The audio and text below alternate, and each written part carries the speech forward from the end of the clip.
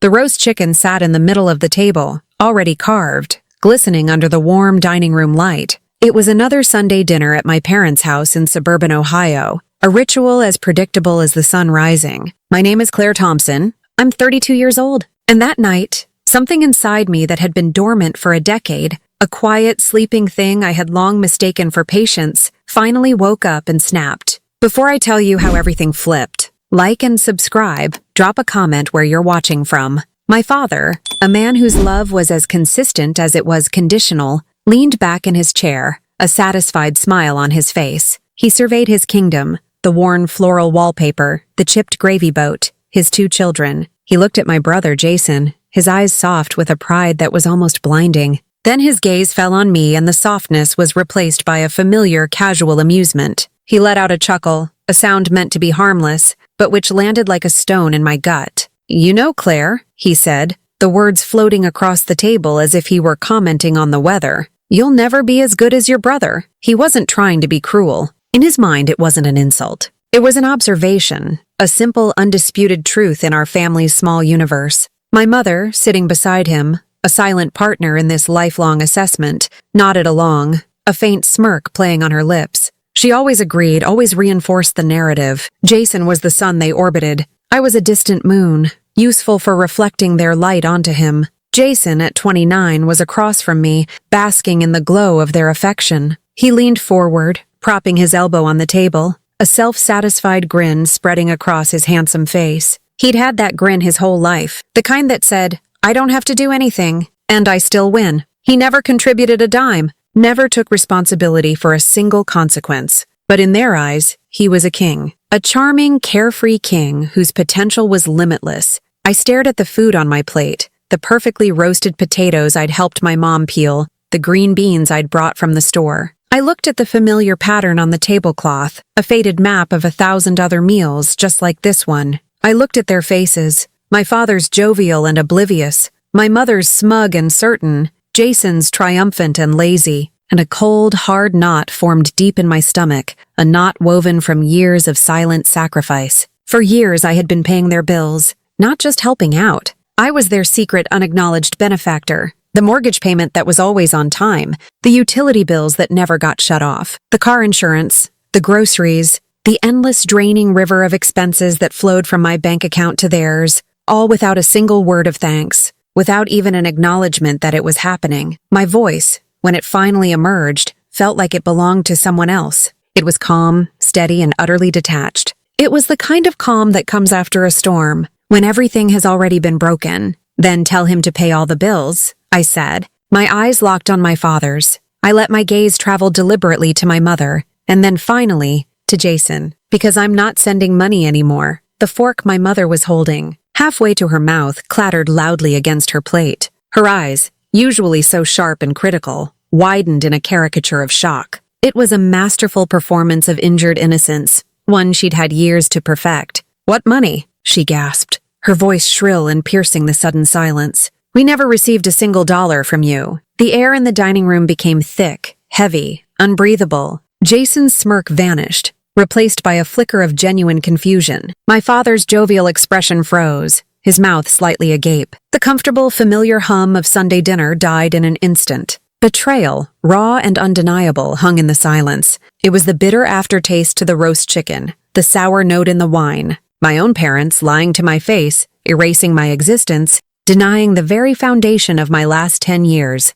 This wasn't just a slight. This was a declaration, and it was the moment I knew with absolute certainty that everything had to end. For as long as I can remember, I've been the fixer. It's a role I never auditioned for, but one that was assigned to me in the quiet, unspoken casting call of my childhood. When a glass broke, I was the one who instinctively grabbed the dustpan. When my younger brother Jason scraped his knee, I was the one who found the bandages and applied the antiseptic, my small hands surprisingly steady. When my parents argued, their voices rising behind their bedroom door, I was the one who would turn the television up a little louder for Jason, a silent, clumsy attempt to protect him from the fallout. I learned early on that my value in our family was tied directly to my utility. I was dependable. I was responsible. I was the quiet, sturdy pillar holding up the much more ornate and celebrated parts of our family structure. Now, at 32, not much has changed, except the scale of the problems. I work as a project manager for a mid-sized tech company in Columbus.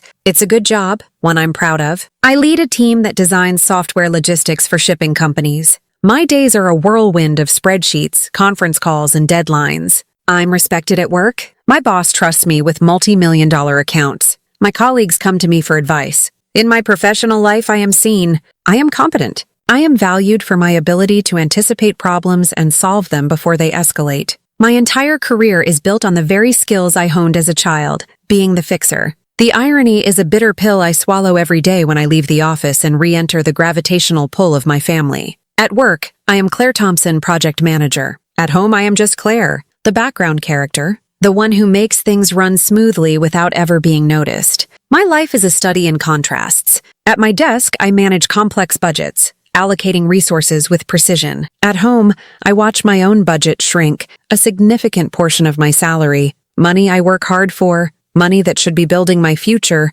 siphoned off to prop up my parents' precarious finances. I live a life smaller than I have to. My apartment is modest, in a safe but unremarkable part of town. I drive a reliable 10-year-old sedan. I pack my lunch most days and brew my own coffee. My mind a constant calculator of small savings. I tell my friends I'm saving for a down payment on a condo, which isn't a lie, but it's a goal that recedes further into the distance with every emergency phone call from home. The truth is, I scrape by, not because I don't earn enough, but because I'm supporting 3 adults, myself and my 2 parents, and indirectly, my brother Jason, my charming, infuriating, perpetually adolescent brother. He's 29 but possesses the financial acumen and sense of responsibility of a teenager. He drifts through life on a cloud of charisma and half-baked ideas. One month, he's a burgeoning day trader, a crypto genius who just needs a small loan to get started. The next, he's launching a podcast, or designing a line of t-shirts,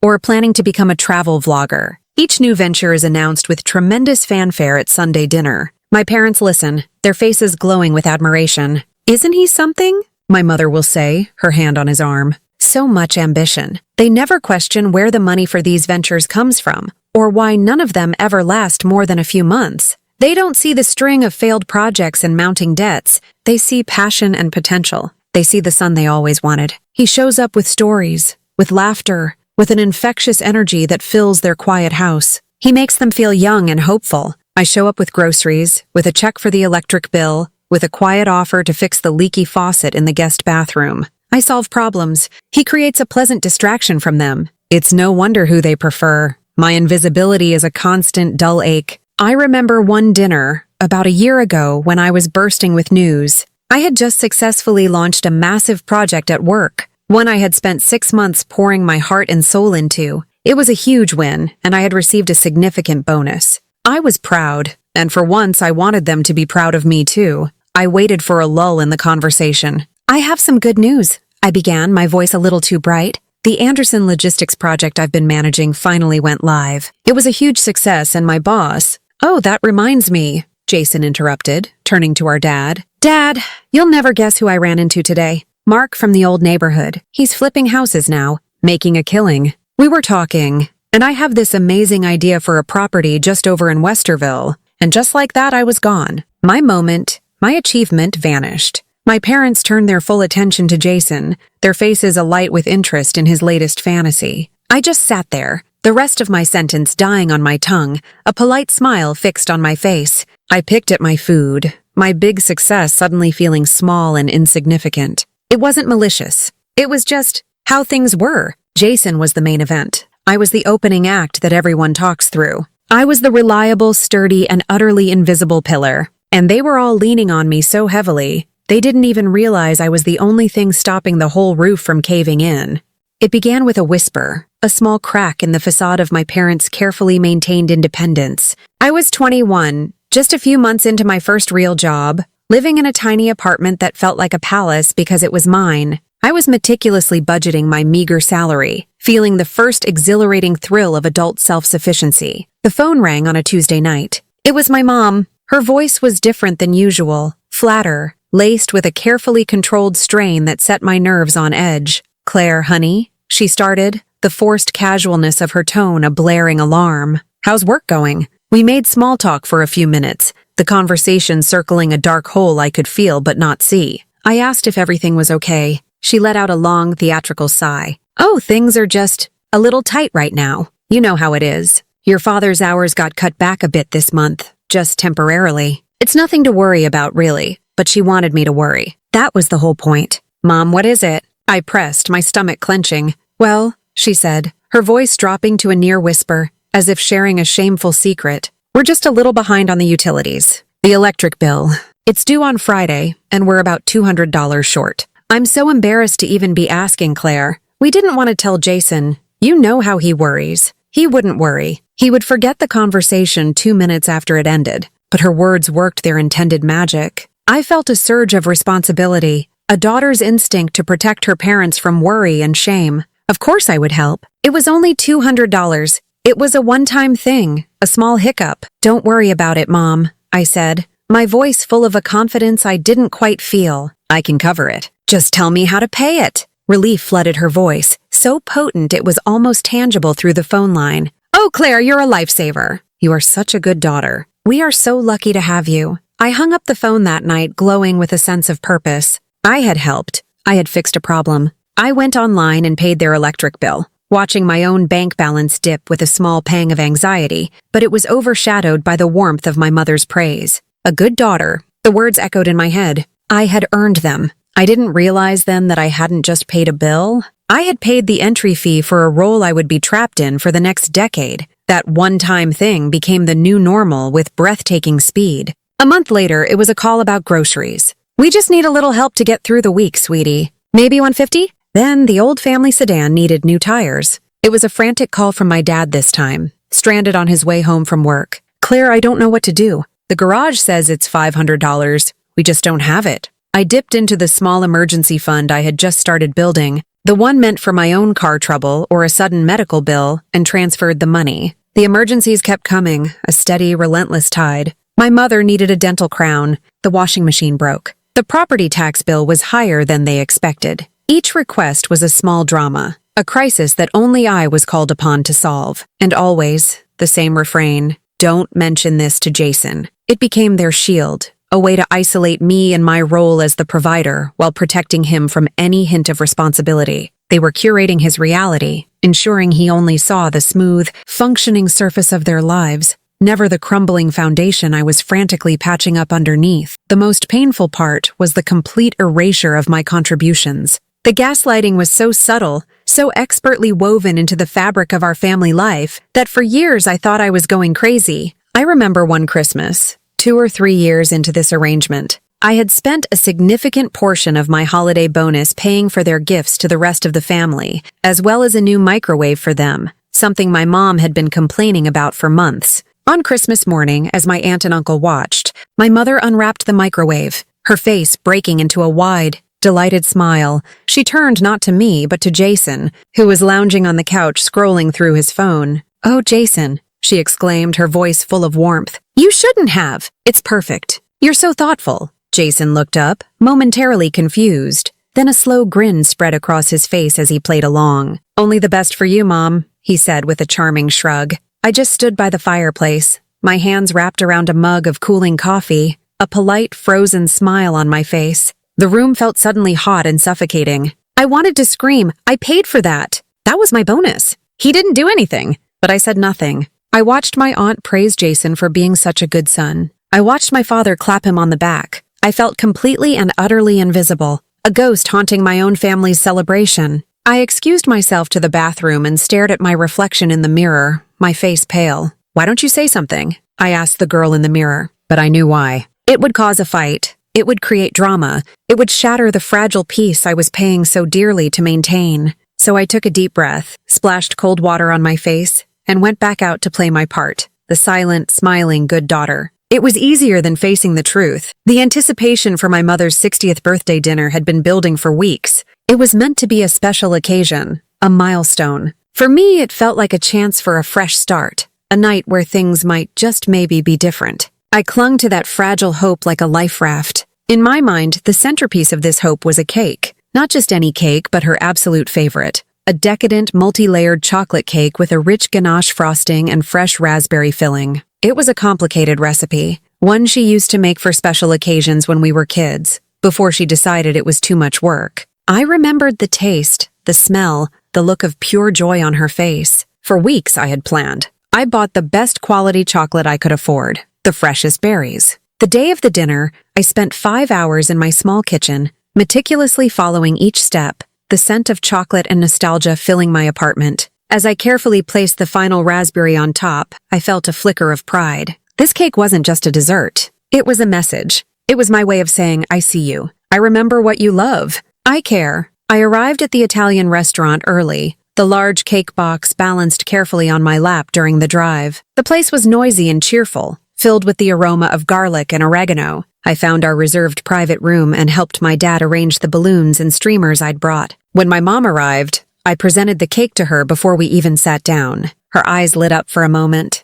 "Oh, Claire, you shouldn't have," she said, giving me a quick, distracted peck on the cheek before her eyes immediately started scanning the restaurant entrance. "Is Jason here yet?" Of course, he was late. He was always late. His tardiness was a signature move, a way of ensuring he made an entrance. We all sat, making awkward small talk with my aunt and uncle. The empty chair at the head of the table, a testament to who we were all really waiting for. 30 minutes later, just as the appetizers were arriving, Jason breezed in, radiating charm and unapologetic confidence. "Sorry, everyone," he announced to the room, a grin plastered on his face. "Got held up on a call? Big things are happening!" He had no gift, not even a card. His presence, apparently, was the present. He launched into a breathless, convoluted story about a new opportunity, a potential partnership with a guy he'd met who was developing some revolutionary new app. It was vague, full of buzzwords, and sounded utterly implausible, but my parents were captivated. They leaned forward, their faces glowing with pride and fascination. My dad asked pointed questions, treating Jason's fantasy like a serious business proposal. My mom hung on his every word, her earlier excitement about the cake completely forgotten. The rest of the dinner passed in a predictable blur. The conversation orbited entirely around Jason, his plans, his ideas, his brilliant future. I tried to chime in once, to share a story about a funny thing that happened at work, but the conversational current was too strong, and I was swept aside, my anecdote trailing off into silence. I focused on my pasta, the food tasteless in my mouth. Finally, it was time for dessert. I brought the cake to the table, lit the candles, and we all sang a slightly off-key rendition of Happy Birthday. My mom blew out the candles, making a wish. For a brief, fleeting moment, as I sliced into the rich, dark layers, I felt that flicker of hope again. The cake looked perfect. Everyone was complimenting it. Maybe this was enough. I handed a large slice to my dad. He took a bite, chewed thoughtfully, and then looked at me. He had a small dab of chocolate on his lip. He smiled, a pleasant, casual smile. And then he said it, the words that would shatter the night and my life into a million pieces. "You know, Claire," he said, his voice carrying easily across the table to my aunt, my uncle, my cousins. He wasn't whispering. He was making an observation for all to hear. "You'll never be as good as your brother." A few people chuckled, taking it as a light-hearted family joke. Jason, from across the table, caught my eye and gave me that familiar lazy smirk. It was a look of pure, unadulterated victory. He knew exactly what those words meant, what they did to me. My heart, which had been tentatively hopeful just moments before, began to pound against my ribs like a trapped bird. The air in my lungs turned to ice. The taste of chocolate in my mouth became bitter, like ash. In that single, devastating moment, my 5 hours of baking, my carefully chosen gift, my lifetime of trying, it all amounted to nothing. It was weighed, measured, and found wanting. As if to twist the knife, my Aunt Linda leaned forward, patting my mother's hand. "He's right, you know," she said with a cheerful nod towards Jason. "Jason really is the man of the family, always looking out for everyone. The man of the family, the one who had never paid a bill, never fixed a leak, never shouldered a single real responsibility in his life." I looked at my mother, desperately searching her face for any sign of protest, any flicker of defense on my behalf. There was nothing. She just smiled, a placid, satisfied smile, and took another bite of the cake I had made for her. The message was clear. They all agreed. I was the supporting cast, and he was the star. In that crowded, noisy restaurant, surrounded by the people who were supposed to love me most, I had never felt so profoundly, devastatingly alone. The drive home from the restaurant was a silent, 20-minute blur. I don't remember the traffic or the route I took. I just remember the echoing silence in my car, a void filled by the relentless replay of my father's words and my family's easy laughter. The humiliation was a physical sensation, a hot, searing brand on my skin. I wasn't crying. The hurt was too deep for tears. It was a cold, hollow feeling, as if someone had reached inside my chest and scooped out everything soft and vulnerable, leaving only a brittle, empty shell. I walked into my quiet apartment and stood in the middle of the living room, the darkness a welcome cloak.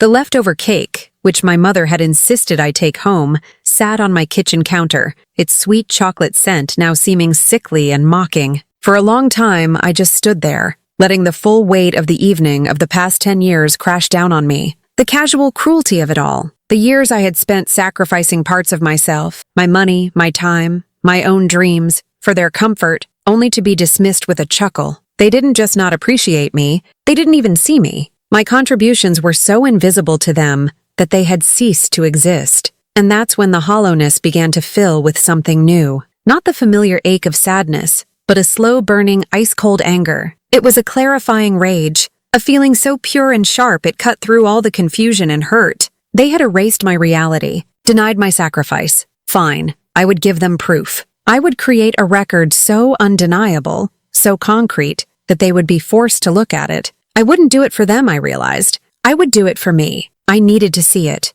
to hold the truth in my hands. With a sudden, decisive movement, I strode to my desk and flipped on the lamp, the sudden pool of light feeling like a spotlight on my new resolve. I opened my laptop, my fingers flying across the keyboard, my movements precise and deliberate. I logged into my online banking portal, the one I used every month to schedule the transfers that propped up their lives. I went back, month by month, year by year. The digital trail was endless, a long, sad history of my quiet giving. I started printing. The whirring of my old inkjet printer was the only sound in the apartment, a mechanical heartbeat counting out my grievances. Each page that emerged from the tray was a ghost from my past, a monument to a specific moment of their need and my compliance. Page 1. Online transfer, $500, Thompson household. That was for the car repair. The day my dad called me, sounding so helpless. I remembered I had to cancel a weekend trip with friends to afford it. Page 2. A list of recurring payments.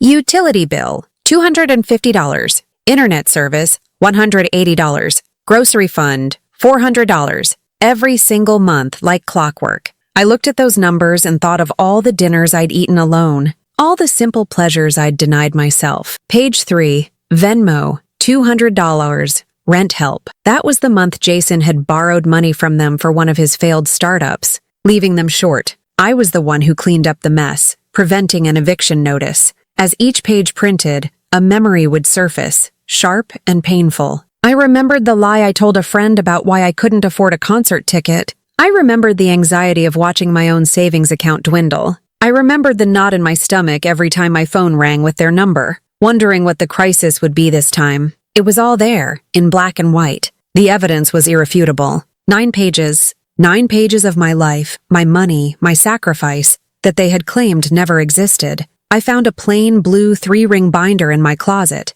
a relic from a college course. With methodical precision, I hole-punched each page and snapped it into the rings. I created a cover page, typing in a bold, simple font. Financial contributions to the Thompson household, from Claire Thompson. The act felt ceremonial, like signing a Declaration of Independence. I closed the binder, the click of the metal rings loud and final in the quiet room. I ran my hand over its smooth plastic cover. This binder was more than just a collection of bank statements. It was the physical manifestation of my invisible life. It was 10 years of being a good daughter. It was proof that I was not crazy, that I was not exaggerating. It was the truth. A cold, calm strategy began to form in my mind. The next time they asked for money, the next time they sat down expecting me to solve their problems, I wouldn't argue. I wouldn't yell. I would simply open this binder. My revenge wouldn't be loud or explosive. It would be quiet, factual, and absolute. As I finally turned off the lamp and got ready for bed, the exhaustion I felt was different. It wasn't the draining weariness of a thankless job.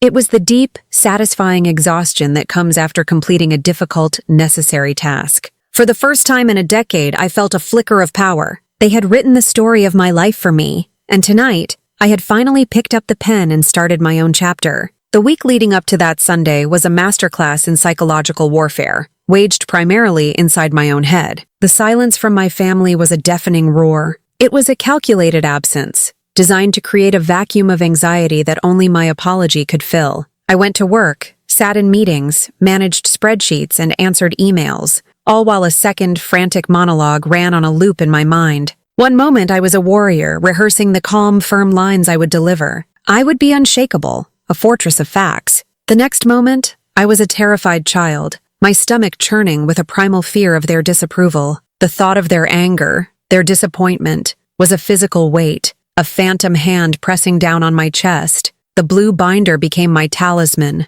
I moved it from the coffee table back to my desk, right beside my monitor. Throughout my workday, I would glance at it. Its ordinary plastic cover was a shield against the insidious whispers of doubt. Am I being too harsh? Am I destroying my family over money? Am I the cruel, ungrateful daughter they will paint me to be? Every time these questions surfaced, I would force myself to open the binder to a random page. Page 4, a $600 charge for new brakes on their car. I remembered that month vividly. I had been saving up for a new laptop for my graphic design classes, but that payment wiped out my savings. I had to make do with my old slow machine for another year. Page 7, a string of small, weekly $100 transfers, labeled groceries. I remembered my own fridge looking bare in those weeks, as I lived on pasta and eggs to make sure theirs was full. The binder wasn't just about money. It was a catalog of my deferred dreams, my compromised well-being. It was the truth, and it kept me anchored. The summons came on Thursday evening, exactly as I had predicted. My mother's voice on the phone was a marvel of passive aggression, a saccharine sweet tone layered over a steel core of expectation. "Claire, honey," she began, as if we had spoken just yesterday. "Your father and I were thinking we should all have a little chat this weekend about the household budget." She paused, letting the implication hang in the air. "Things are getting a bit tight, and we need to figure out a plan. Can you come over Sunday around noon?" The plan. For a decade, I had been the plan. Her voice was the sound of a trap being gently set, the bait a flimsy illusion of collaboration. The old me would have capitulated instantly, relief washing over me that the silence was broken. The new me, the one forged in the fire of my mother's 60th birthday dinner, felt a cold, clear resolve settle in my bones. "Yes, Mom," I said, my voice betraying none of the turmoil inside me. "I can be there." The relief in her voice was a tidal wave. "Oh, wonderful. We'll see you then, sweetie. Love you." She thought I was coming home to surrender. She had no idea I was coming home to fight. On Sunday, the drive to their house was a pilgrimage into my past. Every landmark on the familiar route triggered a memory that reinforced the role I had been groomed to play. There was the park where, at 10 years old, I had spent 2 hours searching for Jason's lost retainer so he wouldn't get in trouble. There was the high school where I had stayed up all night helping him finish a history project he'd ignored for weeks. My name nowhere on the final paper. There was the corner store where I'd used my first ever paycheck to buy my mom a bouquet of flowers, and she had smiled and said, "That's nice, honey. Did you remember to get milk?" I was always the responsible one, the thoughtful one, the one who remembered the milk. My love was practical, quiet, and utterly taken for granted. As I pulled into their driveway, I took a deep breath. The binder was on the passenger seat, its weight a comforting presence. This was not just a confrontation about money. This was an exorcism of the quiet, helpful ghost I had allowed myself to become. I let myself in, and the scene in the dining room was exactly as I'd pictured it. It was a stage, and they were all in costume. My father, at the head of the table, was the patriarch, his face set in a look of stern gravity. My mother, arranging a stack of bills with a pained expression, was the worried matriarch. And Jason, lounging in his chair and scrolling through his phone, was the golden child, graciously bestowing his presence upon a tedious but necessary family meeting. The bills were fanned out on the table, a carefully curated display of their financial vulnerability. It was all a performance, and I was meant to be the audience and the solution in one. "Claire, good, you're here," my father said, his voice a low rumble. He gestured to the empty chair across from him. "Sit down. As your mother told you, we need to discuss finances." I walked to the table but remained standing. I looked down at the papers. The familiar logos of the electric company, the mortgage lender, the credit card company. They were like old nemeses. Then I looked at the 3 expectant faces. They were waiting for me to ask, "How can I help?" Instead, I placed my blue binder on the table. It landed with a soft but solid thud that seemed to reverberate in the tense silence. The sound was incongruous with the scene they had set. It was an unscripted prop. My mother looked at it, her brow furrowed. What's this? Did you bring work home? She asked, a hint of annoyance in her voice. No, I said. My voice was quiet, but it sliced through the room's heavy atmosphere. I finally sat, pulling the chair in close to the table, claiming my space. I placed my hands on top of the binder. This isn't work. This is homework. I did some research on the family budget, just like you wanted. I met each of their gazes, one by one. Before we talk about the future, let's talk about the past. The last 10 years specifically. With a deliberate movement, I opened the binder. The first page was a summary sheet I had created, with the grand total at the bottom in bold red font, $32,150. My father squinted, leaning forward. What in the world is that? My mother, impatient, snatched the binder and began to flip through the pages. I watched her face, a fascinating study in shifting emotions. First, confusion, as she saw the bank statement formats. Then irritation, as she began to recognize the transactions. Finally, her expression hardened into a mask of pure defensive fury. What is this supposed to be? She scoffed, her voice dripping with contempt as she shoved the binder back towards the center of the table. A list? We never asked you for a list. We never asked for any of this. You didn't have to use words, Mom, I replied, my voice still unnervingly calm. My heart was hammering against my ribs, but I would not let them see it. You had other ways of asking. The worried sighs. The accidental mentions of a bill being due. The way you'd leave a past due notice on the kitchen counter where you knew I'd see it. I pulled out my phone, which I had prepared as my second piece of evidence. I opened my banking app. But just in case your memory is failing you, I said, turning the screen so they could all see. Here's the digital record. Here's the transfer from last August for $1,200 for the mortgage. With the note, Mom and Dad rent help. Here's the payment for the car insurance from April. Here is the Venmo transfer to Jason for $300 from February, with the note for your car payment. Here, I said, swiping through the endless scroll, is 10 years of your lives, funded by my life. Jason finally looked up from his phone, a sneer on his face. He let out a short, derisive laugh. Okay, what is this, Claire? Are you serious? Why are you making this so weird? It's family. You help family. It's not some kind of business transaction. You're being ridiculous. His words, meant to shrink me, to shame me back into my box, had the opposite effect. They were the final clarifying piece. I turned my full attention to him, a wave of profound, liberating certainty washing over me. You're right, Jason, I said, my voice soft. It isn't a business transaction. In a business transaction, you get a receipt. You get a statement. You get an acknowledgement of services rendered and payment received. I then looked back at my parents, who were now staring at me in stunned silence. My voice rose, gaining a strength I had never allowed it to have in this house. Family is supposed to be better than a business transaction. Family doesn't ignore your sacrifices and pretend they never happened. Family doesn't lie to your face. Family says thank you. The silence that fell over the room was absolute. It was the silence of a narrative that had been shattered, of roles that had been broken. For the first time in my life, I wasn't the one asking for something. I was the one holding all the cards. The stunned silence in the dining room was a fragile thing, a pane of glass waiting to be shattered. My mother, a seasoned veteran of emotional combat, was the one to throw the first stone. The shock on her face melted away, replaced by a look of deep theatrical hurt. She was shifting tactics, moving from outright denial to the more insidious art of gaslighting. Her eyes filled with tears, her voice taking on a quavering, wounded tone. Well, I think this is just horrible, she began, her hand fluttering to her chest as if she were about to faint. She looked at me as if I were a stranger who had just kicked her puppy. To sit there and keep score, Claire. Like we're some kind of project. Like your father and I are just debits in your little ledger. All those times you offered to help, I thought it was because you loved us. I thought it was a gift coming from your heart. I didn't realize we were supposed to grovel for every penny. I didn't realize you were holding it over our heads, waiting for the right moment to use it against us. It was a brilliant performance. In a few short sentences, she had reframed the entire narrative. I was no longer the victim of their financial negligence. I was the villain, a cold, calculating accountant who had been plotting this betrayal for years. My sacrifice wasn't sacrifice. It was a loan shark's investment, and now I was here to viciously collect. They weren't gifts, Mom, I repeated, my voice a low, steady counterpoint to her rising hysteria. My hands were clasped tightly in my lap, my knuckles white, but I forced myself to remain calm. I would not get drawn into her melodrama. Gifts are things you give on birthdays and Christmas.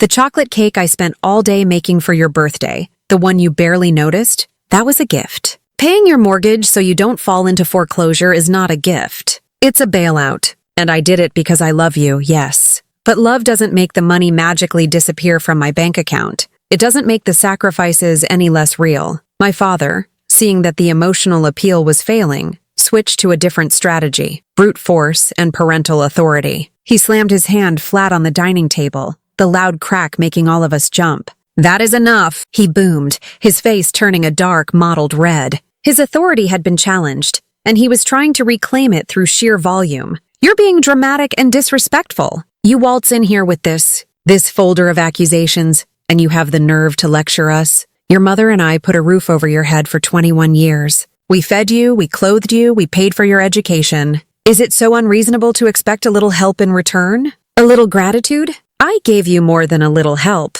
I said, meeting his angry glare without flinching. The fear I had always felt in the face of his anger was still there, a cold knot in my stomach, but for the first time, my resolve was stronger. "I gave you over $30,000. I gave you my peace of mind and my financial security. And yes, you provided for me when I was a child. That's what parents are supposed to do. It doesn't entitle you to a lifetime mortgage on your children's future. Did you provide for Jason for 21 years? Because you're still providing for him now, at 29. The difference is, for the last 10 years, you've been using my money to do it." "Oh, here we go," he sneered, leaning back in his chair with an air of dismissive superiority. "It always comes back to me, doesn't it? You're just jealous, Claire. That's all this is, and it's always been this. You're jealous that Mom and Dad are proud of the risks I take, of the life I'm trying to build. You went the safe route, got the boring 9 to 5, and now you're bitter. So you throw this little tantrum and wave around some bank statements to try and make yourself look important. It's just pathetic, jealous.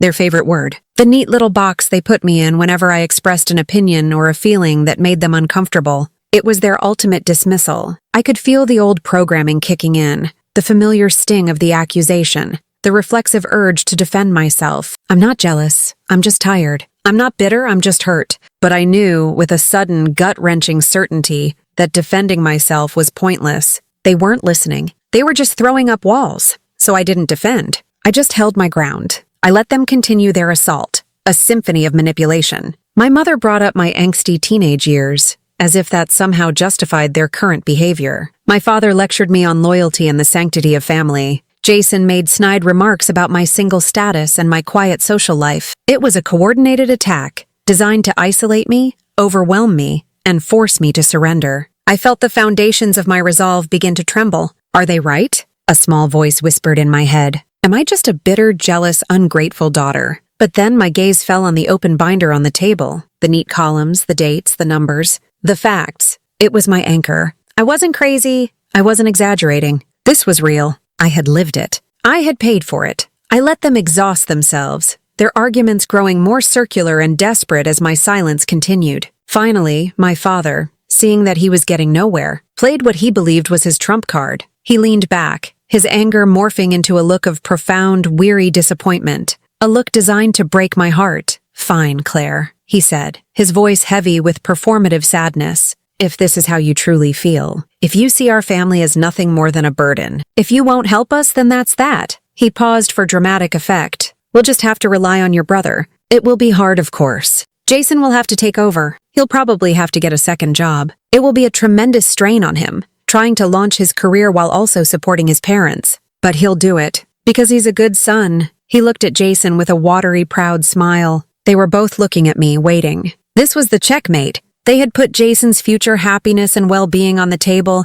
and dared me to be the one to destroy it. They were waiting for me to break, to cry, to say, No, don't make Jason do that. I'll pay for everything." They didn't expect my reaction. They didn't expect the slow, cold smile that spread across my face. It was the first time I had smiled all day, and it was utterly devoid of warmth, of pleading, of submission. It was a smile of pure, unadulterated liberation. I looked at my father's shocked face, and then at my brother, whose own smug expression was beginning to crumble into a look of dawning panic. "Yes," I said, my voice clear and cutting through their manufactured drama. "I think that's a wonderful idea." I turned my full attention to my brother, who now looked like he was facing a firing squad. "Let him pay the bills. Let him cover the mortgage. Let him handle the car repairs and the groceries. Since he's the one you rely on, It's time he became the man of the family for real. The color drained from Jason's face. His mouth opened, then closed, like a fish gasping for air. I had taken their ultimate threat and accepted it as a gift. I had agreed to their terms. The game was over, and for the first time in my life, I had won. The hollow silence that filled the dining room after my pronouncement was absolute. It was the sound of a carefully constructed reality imploding. My mother, who had been mid-sob, stared at me with wide, unblinking eyes, her performance forgotten. My father's face, which had been a mask of righteous anger, was now slack with disbelief. And Jason looked utterly terrified. He was a magician whose grand illusion had just been exposed as a cheap trick in front of a live audience. The weight of a lifetime of unspoken expectations had just been made real, and it was being lowered squarely onto his unprepared shoulders. Before any of them could regroup, before they could invent a new strategy or launch a fresh attack, I made my move. I pushed my chair back from the table. The sharp scrape of the wood against the floor was a definitive, punctuating sound. It was the sound of an ending. I stood up, my body feeling strangely light, as if the 100-pound backpack of their needs had finally, truly fallen away. I took a long, final look at the three of them. In that moment, the powerful, intimidating figures of my childhood dissolved. I no longer saw my parents. I saw a man whose pride was so fragile he had to borrow his daughter's strength to feel like a man, and a woman so insecure she had to diminish one child to elevate the other. I saw a boy trapped in a man's body who had been so coddled and protected from the world that he was now terrified of it. I didn't feel anger anymore. I didn't even feel hurt. I just felt a deep, profound, and soul-crushingly sad pity for them all. "I'm not your bank," I said, my voice quiet but firm, each word a carefully placed stone in the new wall I was building around myself. "And I'm not your fixer. I am your daughter. Or at least I tried to be." I picked up my purse from the floor, my movements unhurried. I left the blue binder sitting in the center of the table, a silent, damning monument to the truth. "This ends now." I turned and walked out of the dining room. I didn't run, I walked. As I crossed the threshold into the living room, the spell of their paralysis broke, and the chaos erupted behind me. "Claire, you get back here this instant," my father bellowed, his voice cracking with a mixture of rage and panic. "You don't walk away from this family. Do you hear me? How could you be so selfish? So cruel?" My mother shrieked, her voice rising in a hysterical crescendo. "After everything we have done for you, you're an ungrateful child." Jason, true to form, resorted to the only defense he had ever known, mockery laced with a new, frantic edge. "Yeah, run away, Claire. Go back to your sad little life in your sad little apartment. See how long you last without us." Their words followed me, a wave of familiar poison, but for the first time they couldn't penetrate. It was like watching a movie with the sound turned down. I saw their mouths moving, but the emotional impact was gone. I walked through the living room, my gaze sweeping over the objects that had formed the backdrop of my life, the threadbare armchair my dad refused to replace, the faded family photos on the mantelpiece, all of us smiling, a perfect family for the camera. The whole house felt like a museum of my own invisible labor, filled with things I had paid for, cleaned, and worried over. But it wasn't my home anymore. It was just a house. I reached the front door, my hand closing around the cool brass of the doorknob. I didn't look back. I opened the door, stepped out into the bright, indifferent Sunday afternoon, and pulled it closed gently but firmly behind me. The solid, final click of the latch was the most beautiful sound I had ever heard. It was the sound of a cage door swinging shut, with me on the outside. It was the sound of my freedom. The drive home was a disorienting mix of sensations. Adrenaline still coursed through my veins, making my hands tremble on the steering wheel. But underneath it was a wave of pure, unadulterated relief. The world outside my car windows seemed sharper, the colors more vibrant. The music playing softly on the radio felt like it was written just for me. But as I drove, a wave of grief washed over me, so intense it took my breath away. I was grieving the loss of my family, not the family I had just walked away from,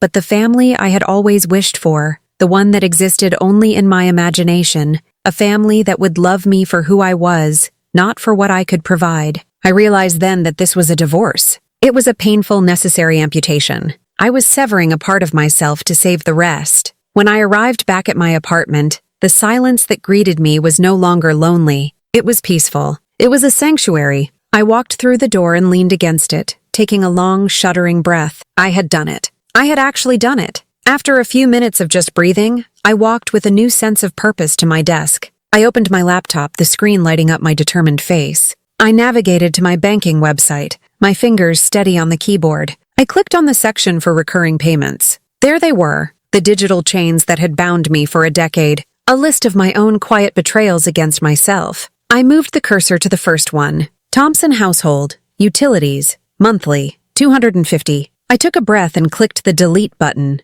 A pop-up appeared, a final checkpoint. Are you sure you want to cancel this payment? I thought of all the nights I had kept my own thermostat low to save money while their house was always warm. Yes, I whispered to the empty room. I am sure. I clicked confirm. A small, satisfying green checkmark appeared. Payment canceled, one by one. I performed the ceremony. Thompson household. Groceries. Monthly, $400. Click, confirm, canceled. Ice. Thought of all the simple luxuries I had denied. Myself Thompson emergency. Fund. Monthly, $150. Click, confirm, canceled. I thought of the constant, low-grade anxiety that had been my constant companion. With each click, I felt lighter. Each canceled payment was a severed thread, a broken chain. When I was finished, the list was empty.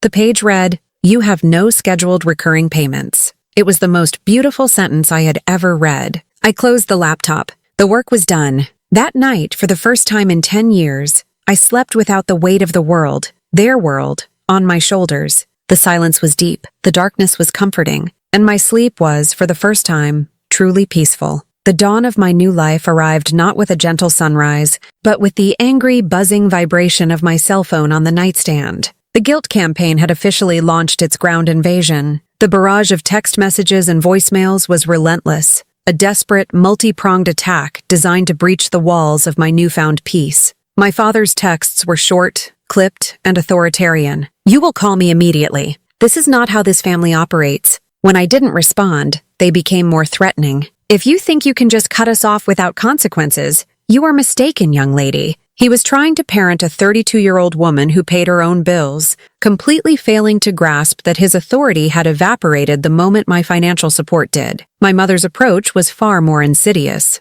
She sent long, rambling paragraphs filled with weaponized nostalgia and emotional blackmail. "I lay awake all night, just remembering you as a little girl. You had such a good heart. What happened to that sweet girl who loved her mommy so much? I just can't understand how you could be so cold, so cruel. You are breaking my heart, Claire. I hope you're happy." She sent old photos of me as a child, smiling, gap-toothed, a visual reminder that I had once been hers, that I owed her. Jason's messages were a predictable cocktail of mockery and panicked entitlement. "Wow, congrats on the epic tantrum. Hope it was worth it. P.S. The cable bill is due, and I guess it's not getting paid. My Game of Thrones marathon is officially ruined. Thanks a lot." He genuinely seemed to believe that his entertainment was my responsibility, his inconvenience a direct result of my moral failing. In the past, this coordinated assault would have shattered me within hours. I would have been consumed by guilt, sick with anxiety, my fingers trembling as I typed out a desperate, placating apology.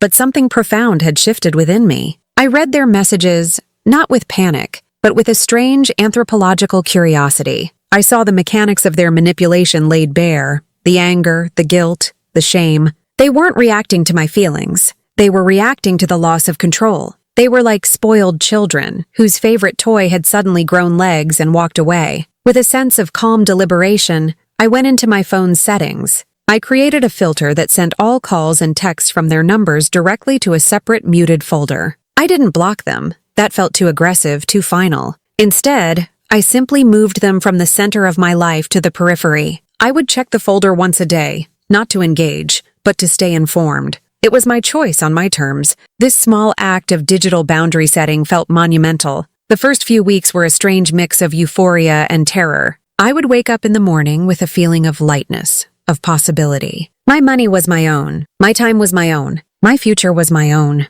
I could breathe. But then a wave of grief or panic would hit me. I had cut off my own family. What if something happened? What if they really needed me? The deeply ingrained programming of the fixer would try to reassert itself. It was in one of those moments of panic that I made the best decision of my new life. I called a therapist. Her name was Dr. Anya Sharma, and she had a calm, steady voice that felt like an anchor. In our first session, I laid out the entire story, the blue binder sitting on the table beside me like a legal exhibit. When I finished, my voice hoarse, she looked at me with a gentle compassion that I had craved my entire life. "Claire, she said. You have been functioning as the emotional and financial regulator for your entire family system. You absorbed all the anxiety so they didn't have to. The guilt you're feeling right now is a withdrawal symptom. It's a sign that you're healing. Healing? The word resonated deep inside me. That's what this was. I was healing from a lifetime of being told my worth was conditional. With Dr. Sharma's guidance, I began the slow, painful but ultimately exhilarating work of rebuilding myself. I started rediscovering the woman who had been buried under a mountain of obligations. I had always loved painting, a passion I'd abandoned in college because it seemed impractical. One rainy Saturday, I walked into an art supply store and felt a thrill I hadn't felt in years. I bought a new easel, a set of canvases, and an armful of acrylic paints in every color imaginable. I set it all up in my small spare bedroom, put on my favorite music, and for the first time in over a decade, I painted. It wasn't about creating a masterpiece. It was about the simple, joyful act of creating something for no one's pleasure but my own. The room became my sanctuary, a place where I could be messy and imperfect and free. The most tangible symbol of my new life, however, was my finances. On the first of the month, the day I used to feel a familiar dread as I sent out hundreds of dollars, I performed a new ritual. I opened a high-yield savings account and named it My Future. Then, I calculated the total I had been sending them, $800 a month. With a sense of reverence, I set up a new recurring transfer. Every month on the first, $800 would move from my checking account into My Future. The first time I saw that transaction go through, I actually cried. It was a declaration of self-worth, written in the language of finance. It was a promise that I was finally, irrevocably, investing in myself. Life began to open up. I took a weekend trip to a nearby state park, something I never could have afforded before. I bought a new coat, not because it was on sale, but because I loved it. I reconnected with old friends who I had drifted away from because I was always too tired or too broke to socialize. I was building a new family, a chosen family of people who liked me for me, not for what I could do for them. There were still hard moments. One evening, I saw a text from my mother in the filtered folder. Your father isn't feeling well. The doctor is worried about his heart. The old panic surged, hot and immediate. This is it, I thought. This is the real emergency. I have to call. I have to go. My hand was already dialing her number when I stopped. I took a deep breath, just as Dr. Sharma had taught me. I asked myself, if this were a true life or death emergency, would they be texting me? Or would an ambulance have been called? I knew the answer. This was another test, another manipulation. I sent a short, neutral text back. I'm sorry to hear Dad is unwell. I hope he gets the care he needs. It was compassionate, but it did not offer my assistance. It was the hardest text I have ever had to write, but it was also the one that proved to me that I had truly changed. The fixer was retired. Claire was finally in charge. I'm sitting in my apartment now, a year later. It's a quiet Sunday morning, an hour I used to dread. An hour that used to be filled with the anxious preparation for another draining family dinner. Now it's my favorite time of the week. The sun is streaming through the clean windows of my living room, illuminating the chaotic, colorful, abstract painting that hangs on my wall, the first one I finished. It's not perfect, but it's a testament to the fact that I am allowed to create something just for myself. My savings account, My Future, has a balance that no longer just represents security. It represents a world of possibilities. A trip to Europe I'm planning for next spring. A down payment on the small condo I've been looking at downtown. It's a tangible result of choosing myself. Day after day, I still love my family. I've come to understand, through many sessions with my therapist, that the love is real, even if it's tangled up in years of dysfunction. But I've learned that love cannot be a transaction. It cannot mean self-destruction. It cannot mean setting myself on fire to keep others warm. I can love them from a safe distance, hope for the best for them, but I will never again allow my care for them to be mistaken for a blank check. I forgive them, not because they've asked for it or because they deserve it, but because I deserve peace. The anger is gone, replaced by a quiet, steady sense of my own worth. I will never go back to being their ATM. If you've ever been the silent one, the fixer, the one carrying all the weight while being told you're not enough, you deserve better. Your sacrifices deserve to be seen. Your worth is not determined by your utility to others. You are allowed to put the burden down. You are allowed to be the most important person in your own life. Share your story in the comments, subscribe, and hit the bell. No one should have to suffer in silence.